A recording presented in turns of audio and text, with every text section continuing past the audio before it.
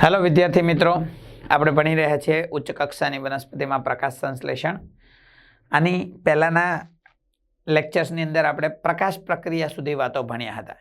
હવે પછીનો તબક્કામાં આપણે ભણવાનો છે બીજો તબક્કો, પ્રકાશ સંશ્લેષણનો બીજો તબક્કો, જૈવ સંશ્લેષણ તબક્કો। મિત્રો, તમે જાણો છો જૈવ સંશ્લેષણ તબક્કો હરિતકણના આધારકમાં થાય છે। આ પ્રક્રિયા માટે પ્રકાશની હાજરી જરૂરી નથી। આ પ્રક્રિયા એને આપણે જૈવ સંશ્લેષણ તબક્કો તરીકે ઓળખવામાં આવે છે। આ તબક્કામાં પ્રકાશ રાસાયણિક તબક્કા દરમિયાન બનેલ NADPH2 અને ATP નો ઉપયોગ થઈ અને CO2 નું રિડક્શન થાય, કાર્બોદિતનું નિર્માણ થાય। એટલે મિત્રો, હું તમને આ રીતે વાત કહેવાનો છું કે ભાઈ, ધારો કે આ હરિતકણ છે, આ હરિતકણની અંદર ધારો કે આ ગ્રેનમ છે, ગ્રેનમની અંદર પ્રકાશ રાસાયણિક તબક્કો થાય। શું થાય પ્રકાશ રાસાયણિક તબક્કા દરમિયાન? તો પહેલી વાત છે કે ભાઈ, પ્રકાશ શક્તિ ગ્રહણ થાય, પાણીનું વિઘટન થાય, O2 નો ઉદ્ભવ થાય, NADP નું રિડક્શન થાય, એટલે કે NADPH2 બને અને ATP નું નિર્માણ થાય, ADP માંથી ATP બની જાય। આ લાઇટ રિએક્શન છે। લાઇટ રિએક્શનની નિપજો કઈ કઈ કહી શકાય? તો કે લાઇટ રિએક્શનની નિપજો કહી શકાય કે NADPH2, ATP, O2 તો બહાર પ્રસરી જશે, પરંતુ આ જે NADPH2 બન્યું અને ATP બન્યું, એની મદદથી જૈવ સંશ્લેષણ તબક્કામાં બહારથી આવેલા CO2 નું રિડક્શન થાય, એટલે કે CO2 રિડક્શન થાય અને CH2O એટલે કે C6H12O6 એટલે કે ગ્લુકોઝનું નિર્માણ થઈ જાય। એટલે આ પ્રક્રિયામાં થાય છે શું?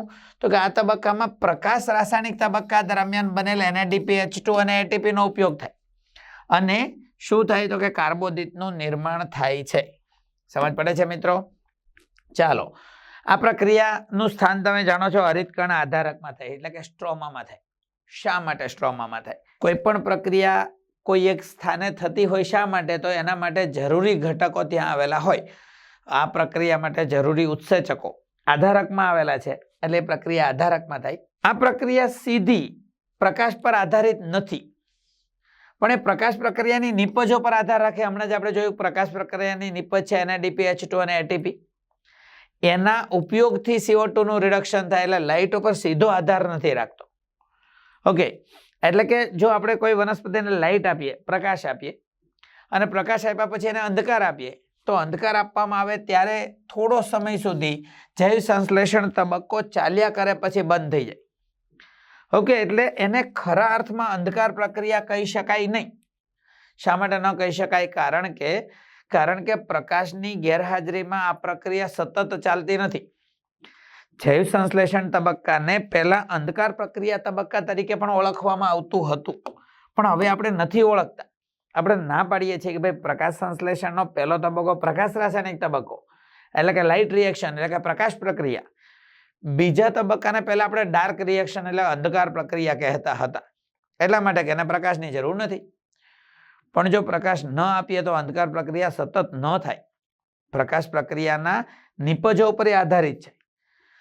આ પ્રક્રિયાના વિવિધ તબક્કાનો વિગતવાર અભ્યાસ મેલ્વિન અને એના સાથીદારો, એટલે કે મેલ્વિન કેલ્વિન અને એના સાથીદારો તરીકે હતા બેન્સન અને બાસામ નામના વૈજ્ઞાનિકોએ કર્યો, અને એટલા માટે આ પ્રક્રિયાને આપણે કેલ્વિન ચક્ર અથવા કેલ્વિન બેન્સન બાસામ ચક્ર તરીકે પણ ઓળખવામાં આવે છે। આ પ્રક્રિયા માટે એણે જે લીલનો અભ્યાસ કર્યો, એ લીલનું નામ હતું ક્લોરેલા નામની એકકોષી લીલ, જેને આપણે હરિત લીલ કહીશું, એના ઉપર પ્રયોગ કર્યો હતો, અને એ પ્રયોગમાં રેડિયો એક્ટિવ કાર્બન 14 નો ઉપયોગ કર્યો। મિત્રો, આગળ વાત થઈ છે આપણે એક વખત કે પ્રકાશ સંશ્લેષણ દરમિયાન મુક્ત થતા O2 નો સ્ત્રોત પાણી છે, એ સાબિત કરવા માટે રેડિયો સમસ્થાનિક O18 નો ઉપયોગ થયેલો। એટલે પ્રકાશ સંશ્લેષણના પહેલા તબક્કાનો અભ્યાસ કરવા માટે O18 નો ઉપયોગ થયેલો, પ્રકાશ સંશ્લેષણના બીજા તબક્કાનો અભ્યાસ કરવા માટે કાર્બન 14 નો ઉપયોગ થયેલો છે। સમજ પડે મિત્રો? ચાલો આગળ વધીએ આપણે કેલ્વિન ચક્ર। કેલ્વિન ચક્રની વિવિધ વિગતો આપણે સમજીએ। મેલ્વિન કેલ્વિન અને એના સાથીદારો એણે આ તબક્કા એટલે આ પ્રક્રિયાની શોધ કરી છે. એના માટે એણે શું કર્યું હતું તો કોમન એની થોડીક પ્રોસિજર તમને સમજાવું કે એમણે ટેસ્ટ ટ્યુબની અંદર એક કોશી લીલ લીધેલી અને એક કોશી લીલ તરીકે જે લીલ લીધેલી હતી એ લીલનું નામ હતું ક્લોરેલા. ઓકે, એને CO2 આપવાનું હતું ત્યારે CO2 દ્રાવણમાં એમાં લેબલ્ડ CO2 વાપર્યો, એટલે કે CO2 માં કાર્બન તરીકે કાર્બન 14 વાપર્યો. પછી એને અમુક સમય લાઇટ આપી અને પછી ડાર્ક આપ્યું, અંધકાર. અને પછી એમાં આની અંદર બનેલા ઘટકો એનો અભ્યાસ કર્યો તો ખબર પડી કે C6H12O6 ની અંદર કાર્બન 14 જોવા મળે છે. આનો મતલબ શું થાય તો કે પહેલા કાર્બન 14 વાળો CO2 હતો, કાર્બન 14 વાળો CO2. લાઇટ આપ્યા પછી અમુક સમય ડાર્ક અને પછી ચેક કર્યું તો ગ્લુકોઝની અંદર કાર્બન 14 જોવા મળ્યું. આનો મતલબ શું થયો? આનો મતલબ એ થાય કે CO2 નો કાર્બન ગ્લુકોઝમાં ફેરવાઈ ગયો. હવે કયા રસ્તે ફેરવાયો, પહેલા શું બન્યું હશે, પછી શું બન્યું, પછી શું બન્યું, એ કઈ રીતે આખી પ્રોસિજર સમજાઈ હશે. તો આમની બહુ વ્યવસ્થિત પદ્ધતિ હતી. એમણે શું હતું કે લાઇટનું પ્રમાણ ઘટાડતા ગયા અને કયા કયા ઘટકો બને છે એનો અભ્યાસ કરતા ગયા. આમ કરવાથી શું થાય તો એમ કરવાથી દાખલા તરીકે પહેલા ગ્લુકોઝ 6 ફોસ્ફેટમાં કાર્બન 14 જોવા મળતો હોય અને પછી ગ્લુકોઝની અંદર કાર્બન 14 જોવા મળતો હોય તો આપણને એટલી ખબર પડે કે પહેલા ગ્લુકોઝ 6 ફોસ્ફેટ બનતો હશે પછી ગ્લુકોઝ બનતો હશે. દાખલા તરીકે એના કરતા ઓછો સમયમાં તમે અભ્યાસ કરો અને કદાચ એમાં PGAL ફોસ્ફોગ્લિસરાલ્ડિહાઇડ એની અંદર કાર્બન 14 જોવા મળે તો આપણે એમ કહીશું કે પહેલા ફોસ્ફોગ્લિસરાલ્ડિહાઇડ બનતો હશે, પછી એમાંથી ગ્લુકોઝ 6 ફોસ્ફેટ, પછી ગ્લુકોઝ બનતો હશે. ટૂંકમાં આ રીતે ઓછો પ્રકાશ કરીને વિવિધ જે ઘટકો બનતા હતા એનો કેલ્વિન અને એના સાથીદારોએ અભ્યાસ કર્યો. એમણે જ્યારે ક્લોરેલાને માત્ર 5 જ સેકન્ડ પ્રકાશ આપ્યો અને પછી એને જોયું ત્યારે એમાં કોઈ કાર્બન 14 વાળું ઘટક બન્યું નહોતું. પણ એટલું ખબર પડી કે કોષની અંદર RUBP રિબ્યુલોઝ બાયફોસ્ફેટ એનું પ્રમાણ ઘટી ગયેલું અને આના ઉપરથી એ લોકોએ અનુમાન કર્યું કે જૈવ સંશ્લેષણ તબક્કામાં સૌ પ્રથમ વપરાતો પદાર્થ 5 કાર્બન યુક્ત રિબ્યુલોઝ બાયફોસ્ફેટ હશે. ઓકે મિત્રો, કેલ્વિન ચક્રમાં CO2 આવે છે અને પહેલો વહેલો કયો પદાર્થ CO2 સાથે જોડાય છે એનું સંશોધન કરતા પણ વર્ષો લાગ્યા.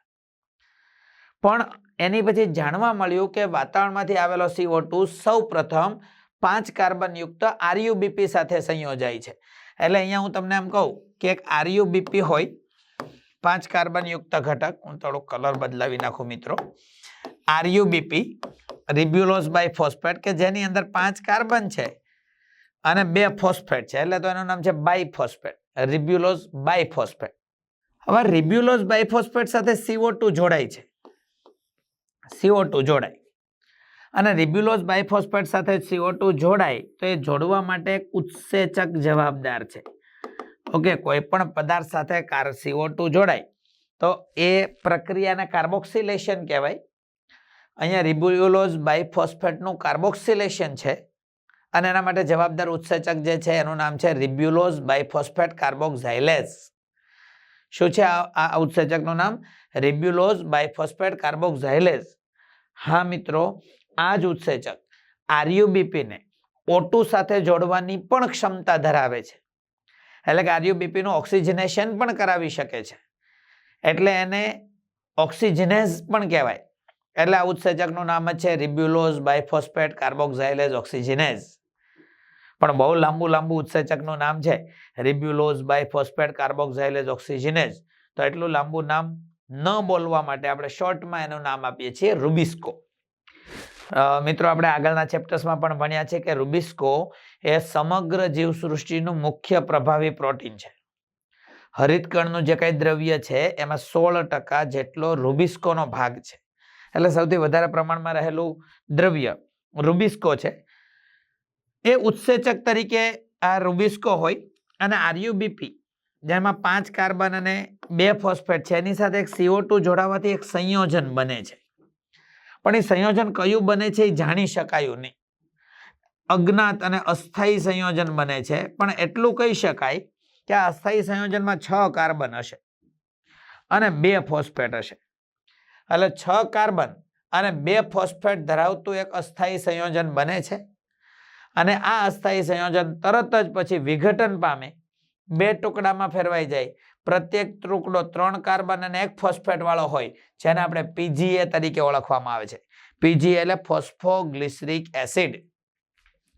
એટલે કે કેલ્વિન ચક્રમાં સૌપ્રથમ બનતો સ્થાયી પદાર્થ 3 કાર્બન યુક્ત ફોસ્ફોગ્લિસરિક એસિડ છે. અને એટલા માટે જ આ પ્રક્રિયાને આપણે C3 ચક્ર તરીકે પણ ઓળખીએ છીએ. ઓકે મિત્રો, તો હવે અહીંયા હું તમને એટલું સમજાવી શકું કે ભાઈ આ પ્રક્રિયાનો આ પ્રથમ તબક્કો, ફર્સ્ટ સ્ટેપ, પહેલો તબક્કો જે છે એ કાર્બોક્સિલેશન છે.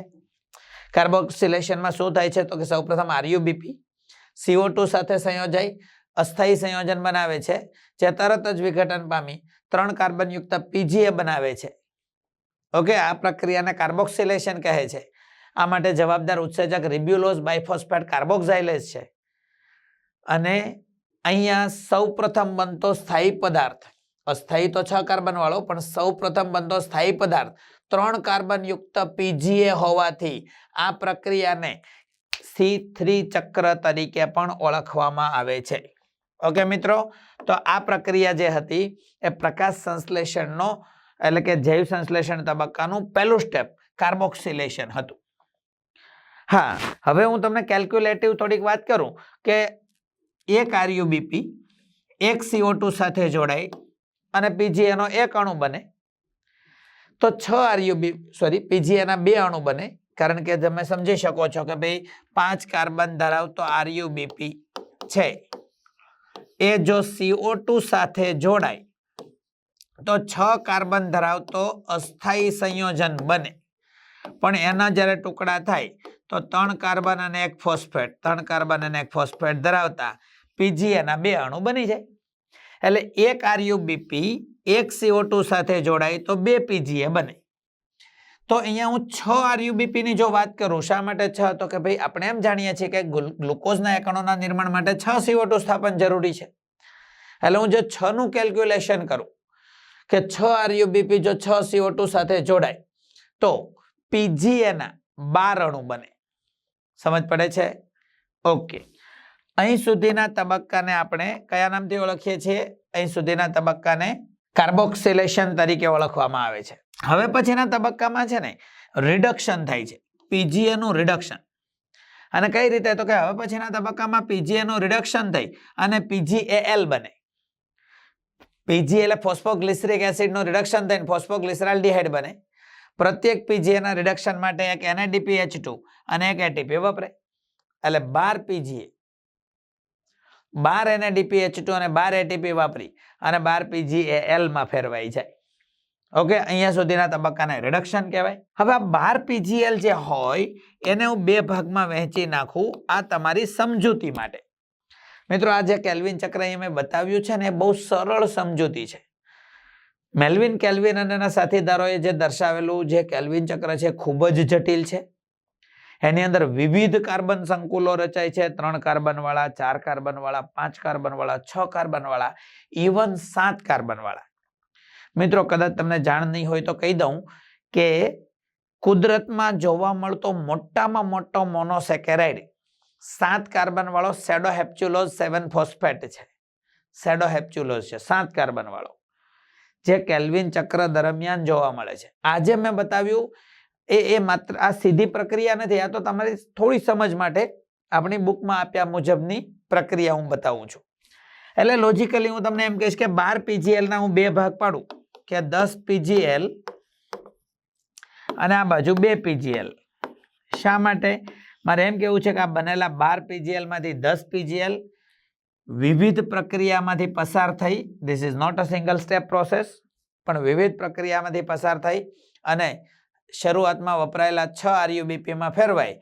આમ શરૂઆતમાં વપરાયેલા RuBp પુનઃપ્રાપ્ત થાય એટલે આ તબક્કાને પુનઃસર્જન તબક્કો કહેવાય. ઓકે, આ પ્રક્રિયા દરમિયાન 6 ATP વપરાય છે. તમે ટેન્ટેટિવ કેલ્ક્યુલેશન કરી શકો કે એક PGAL 3 કાર્બન વાળો છે તો 10 × 3 એટલે 30 કાર્બન અને એક RuBp 5 કાર્બન વાળો છે એટલે 6 ગુણ્યા 5 એટલે 30 કાર્બન. આ રીતે 30 કાર્બન યુક્ત સંયોજનોનું નિર્માણ થઈ શકે. ઓકે, અને આ જે 2 PGL બન્યા, 2 PGL બચ્યા, અને એ 2 PGL પછી આગળ જતા આ 2 PGL આગળ જતા ગ્લુકોઝના અણુમાં ફેરવાશે. એટલે કે એક ગ્લુકોઝનો અણુ એનું જ્યારે નિર્માણ થાય ત્યારે કઈ રીતની પ્રોસીજર છે જુઓ. ગ્લુકોઝના એક અણુના નિર્માણ માટે 6 કેલ્વિન ચક્ર જરૂરી છે મિત્રો. 6 કેલ્વિન ચક્ર એટલે કેમ ગણશો? જ્યારે એક RuBp એક CO2 સાથે જોડાઈને પ્રક્રિયા શરૂ થાય અને 1 કેલ્વિન ચક્ર કહેવાય. એટલે કે ગ્લુકોઝના એક અણુના નિર્માણ માટે 6 કેલ્વિન ચક્ર જરૂરી છે. ઓકે, હવે એક વાત કહેવાય કે એ ગ્લુકોઝના એક અણુના નિર્માણ માટે કેટલા NADPH2 ને કેટલા ATP વપરાશે? તો 12 NADPH2. પણ આ 12 અને આ 6 18, એટલે કે ગ્લુકોઝના એક અણુના નિર્માણ માટે 12 NADPH2 અને 18 ATP જોઈએ. એટલે જો હું તમને એવો MCQ સવાલ પૂછું કે પ્રત્યેક કેલ્વિન ચક્ર માટે કેટલા, તો તમે જાણી શકો છો કે 18 ATP અને 12 NADPH2. પણ આ બધું કેના માટે છે? ગ્લુકોઝના એક અણુના નિર્માણ માટે, એટલે કે 6 કેલ્વિન ચક્ર માટે. તો જો હું 1 કેલ્વિન ચક્રની વાત કરતો હોય તો 1 કેલ્વિન ચક્ર માટે કેટલા? તો કે 2 NADPH2 અને 3 ATP જરૂરી છે. સમજ પડે મિત્રો? તો બસ આટલી વાતો તમારે યાદ રાખવાની હતી. આ પ્રક્રિયા કેલ્વિન ચક્ર તરીકે ઓળખાય છે અને આમાંથી આવા જ કંઈક કે કાર્બોક્સિલેશન, એના માટે ઉત્સેચક, કોનું કાર્બોક્સિલેશન થાય, રિડક્શનમાં કયા કયા પદાર્થ વપરાય, અને ATP NADPH2 ની ગોઠવણી, આવા સવાલો પૂછાય. ઓકે, જે વનસ્પતિમાં કેલ્વિન ચક્ર જોવા મળતું હોય એ વનસ્પતિને આપણે એટલે કે C3 વનસ્પતિ તરીકે ઓળખવામાં આવે. પણ કઈ રીતે? કે પ્રકાશ સંશ્લેષણમાં જૈવ સંશ્લેષણ તબક્કો CO2 નો સ્થાપનનો આ એકમાત્ર પ્રક્રિયા થતી હોય તો અહીંયા આ પથને C3 પથ શું કામ કહેવાય? કારણ કે અહીંયા સૌપ્રથમ બનતો સ્થાયી પદાર્થ 3 કાર્બન યુક્ત PGA છે. એટલે કે આ વનસ્પતિ એવી છે કે વાતાવરણમાંથી જે CO2 આવે છે એ વાતાવરણમાંથી આવેલો CO2 સીધો RuBp સાથે જોડાય, આ RuBp સાથે જોડાય અને PGA બને છે. એટલે એવી વનસ્પતિ કે જે વનસ્પતિમાં સૌપ્રથમ CO2 ગ્રાહક RuBp હોય 5 કાર્બન યુક્ત અને સૌપ્રથમ સ્થાયી પદાર્થ 3 કાર્બન યુક્ત PGA હોય તો એવી વનસ્પતિને આપણે C3 વનસ્પતિ તરીકે ઓળખીએ છીએ. ઓકે, C3 વનસ્પતિના આદર્શ ઉદાહરણ સૂર્યમુખી કહી શકાય. ઓકે, મોટા ભાગની દ્વિદળી C3 વનસ્પતિઓ છે. ઓકે, પ્રકાશ સંશ્લેષણ માટેની આ એક બાબત. પણ C3 વનસ્પતિની એક મર્યાદા છે. શું છે? તો કે ભાઈ C3 વનસ્પતિમાં શું થાય? તો C3 વનસ્પતિમાં આ એક હરિતકણ છે. આ હરિતકણનું ગ્રેનમ છે, ગ્રેના, એનો એક થપ્પી એટલે ગ્રેનમ. અહીંયા પ્રકાશ રાસાયણિક તબક્કાથી ઓક્સિજન ઉત્પન્ન થાય અને આ જ હરિતકણમાં એ જ બાજુના સ્ટ્રોમાની અંદર કેલ્વિન ચક્ર ચાલે છે, જ્યાં RuBp છે, રૂબિસ્કો હાજર છે. RuBp ને CO2 સાથે જોડાવાનું છે. પણ ઘણીવાર શું થાય? તો કે જો આ CO2 પૂરતું ન હોય, આ પૂરતું ન હોય, બરાબર, અને જો વધારે પ્રકાશ આવી જાય તો શું થાય? તો કે વધારાનો પ્રકાશ છે ને નુકસાન પહોંચાડે. હા, હું તમને એક જસ્ટ જાણ ખાતર કહી દઉં કે ભાઈ સૌર ઉર્જા બહુ કામની છે. શું કામ? કારણ કે સૌર ઉર્જા આવે, એ સૌર ઉર્જાની મદદથી પ્રકાશ રાસાયણિક તબક્કો થાય, એની મદદથી NADPH2 ATP બને, એટલે કે ઉર્જા આવે. હવે આ NADPH2 ATP એ જૈવ સંશ્લેષણ તબક્કામાં CO2 ના રિડક્શનમાં વપરાય. આ અને જો વપરાઈ જાય તો બહુ સારું છે. શક્તિનું એવું જ છે મિત્રો, શક્તિ છે ને જો હોય ને એ યોગ્ય રીતે વપરાય તો કામ નહીં, પણ જો ન વપરાય તો એ જ શક્તિ નુકસાન કરે. હું આપણું સામાન્ય હેલ્થનું ઉદાહરણ આપું કે ચરબીયુક્ત ખોરાક બહુ કામનો છે, કારણ કે ચરબી સૌથી વધુ કેલરી આપતો ખોરાક છે. 1 ગ્રામ લિપિડમાંથી 9.3 કિલો કેલરી શક્તિ મળે એમ આપણે જાણીએ છીએ. પણ તમે વધારે ચરબીયુક્ત ખોરાક લો અને તમે તમારા શરીરમાં ઉર્જા આવે છે પણ એનો વપરાશ ન હોય તો શું થશે? તો શું થશે તો કે એ વધારાનું લિપિડ કોલેસ્ટેરોલમાં ફેરવાઈ તમારી નળીઓને બ્લોક કરી એથેરોસ્ક્લેરોસિસ અને આર્ટેરિયોસ્ક્લેરોસિસ જેવો રોગ કરશે, હાર્ટ એટેક સુધી કે બ્રેન સ્ટ્રોક સુધી પહોંચાડશે. શું કામ તો કે ઉર્જાનું યુટિલાઇઝેશન ન થયું. તો વનસ્પતિમાં કંઈક આવું જ છે કે સૌર ઉર્જા આવે, NADPH2 ATP બને, પણ એ વપરાઈ જવા જરૂરી છે. જો ન વપરાયા ક્યારે ન વપરાય તો કે જો CO2 ન હોય. તો ધારો કે CO2 નથી તો શું થાય તો કે ભાઈ PGA નહીં બને, અને PGA નહીં બને તો આ NADPH2 ATP નહીં વપરાય. આ નહીં વપરાય તો આ વધારાની શક્તિ શું કરશે ખબર? હરિતકણનું ઓક્સિડેશન પ્રેરી દેશે, અને હરિતકણનું ઓક્સિડેશન પ્રેરી વનસ્પતિને નુકસાન પહોંચાડશે. આ ઘટનાને તમે કદાચ નામ સાંભળ્યું હશે. આ ઘટનાને ફોટો ઓક્સિડેશન અથવા સોલરાઇઝેશન તરીકે ઓળખવામાં આવે છે. મિત્રો ફરીથી કહી દઉં કે ફોટો ઓક્સિડેશન એટલે શું તો કે તીવ્ર પ્રકાશ અને અપૂરતા CO2 ની પ્રાપ્તિની સ્થિતિમાં શોષાયેલી શક્તિનો પૂર્ણ ઉપયોગ થઈ શકતો નથી. બહુ તીવ્ર પ્રકાશ હોય પણ CO2 ન હોય, NADPH2 ATP બની જાય પણ એનો પૂર્ણ ઉપયોગ થઈ શકે નહીં. તો આ વધારાની શક્તિ ફોટો ઓક્સિડેશન પ્રેરી વનસ્પતિને નુકસાન પહોંચાડે. હવે નુકસાન તો પહોંચાય નહીં, એટલે કુદરતે વનસ્પતિને એક રક્ષણાત્મક પ્રક્રિયા આપી, ડિફેન્સ મિકેનિઝમ આપ્યું. શું મિકેનિઝમ આપ્યું તો કે જો શક્તિ તમારી પાસે આવી ગઈ, વનસ્પતિ પાસે આવી ગઈ, CO2 નથી, કાર્બોક્સિલેશન થાય એમ નથી, તો એવું કંઈક કરો કે જેથી ઉર્જા વપરાઈ જાય. ફરીથી હું આપણા હેલ્થની વાત કરું કે આપણા વધારે ચરબીયુક્ત ખોરાક ખાઈએ છીએ. હવે ચરબીયુક્ત ખોરાક ખેતરમાં ખેડૂત જે કામ કરે છે એના માટે બહુ કામનો છે. શા માટે? કારણ કે એને શ્રમ કરવાનું છે, ખૂબ જ કામ કરવાનું છે, તો એને એ જરૂર હતી. પણ અમે એટલે કે આપણે કેટલાક સામાન્ય શ્રમ કરનારા વ્યક્તિઓ અથવા ઓછો શ્રમ કરનારા વ્યક્તિઓ, એ વ્યક્તિ જો વધારે ચરબીયુક્ત ખોરાક લેશે તો એને તો મુશ્કેલી પડશે. હવે હું વધારે ચરબીયુક્ત ખોરાક લઈશ તો મારી નળીઓ બ્લોક થઈ જશે, તો મારે શ્રમ કરવા માટે ખેતર મારી પાસે અત્યારે છે નહીં, તો શું કરવાનું? તમે કહેશો કે ભાઈ જીમમાં જઈને રન કરો, વર્કઆઉટ કરો. તો બસ એ જ છે કે ભાઈ જીમમાં જઈને ટ્રેડમિલ ઉપર દોડવું.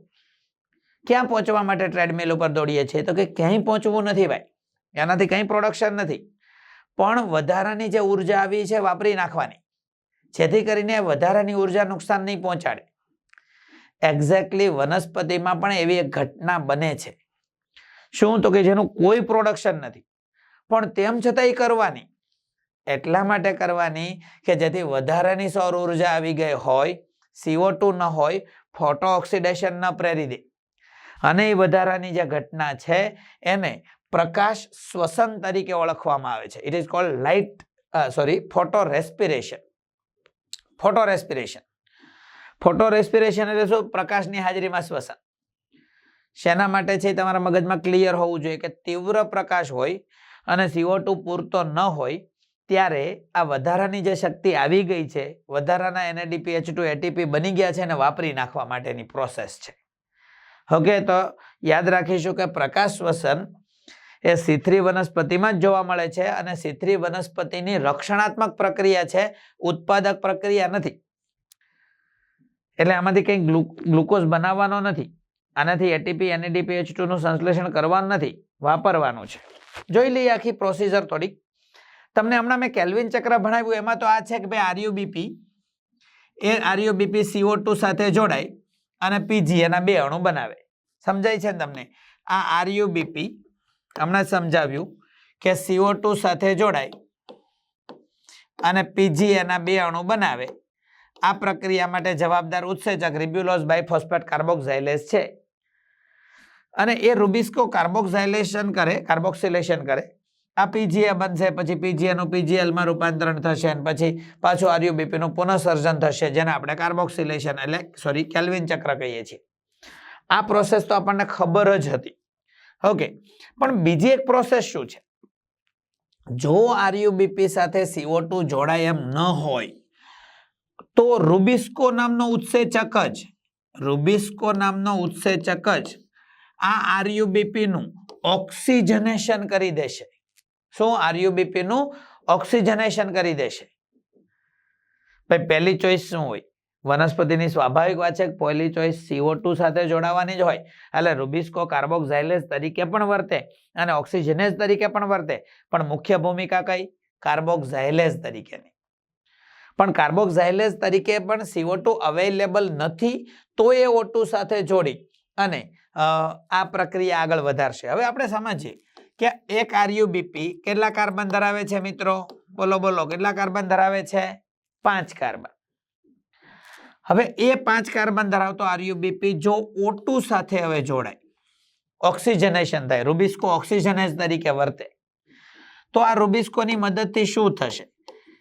PGA ના 2 અણુ તો નહીં જ બને, કારણ કે RuBP જો CO2 સાથે જોડાય તો PGA ના 2 અણુ બનતા હતા, કારણ કે એક PGA માં 3 કાર્બન હોય, તો 3 કાર્બન વત્તા 3 કાર્બન 6 કાર્બન, તો RuBP CO2 સાથે જોડાઈને 6 કાર્બન યુક્ત ઘટક બનાવી એનામાંથી 2 PGA બનાવી શકતો હતો. પણ અહીંયા તો શું થાય કે એક RuBP CO2 સાથે જોડાય એટલે PGA નો એક જ અણુ બનશે. ઓકે, કેટલા કાર્બન વધશે? તો કે 5 કાર્બન યુક્ત RuBP હતું, એ 5 કાર્બન યુક્ત RuBP O2 સાથે જોડાયું, એમાંથી 3 કાર્બન યુક્ત PGA એક બન્યું એટલે વધ્યા 2 કાર્બન, અને 2 કાર્બન યુક્ત એક સંયોજન બની જાય, એનું નામ છે ફોસ્ફોગ્લાયકોલેટ. કયો અણુ બની જાય? ફોસ્ફોગ્લાયકોલેટ. કેટલા કાર્બન વાળો હોય ફોસ્ફોગ્લાયકોલેટ? 2 કાર્બન વાળો હોય. ફોસ્ફોગ્લિસરેટ કેટલા કાર્બન વાળો હોય? 3 કાર્બન. 3 કાર્બન અને 2 કાર્બન 5 કાર્બન.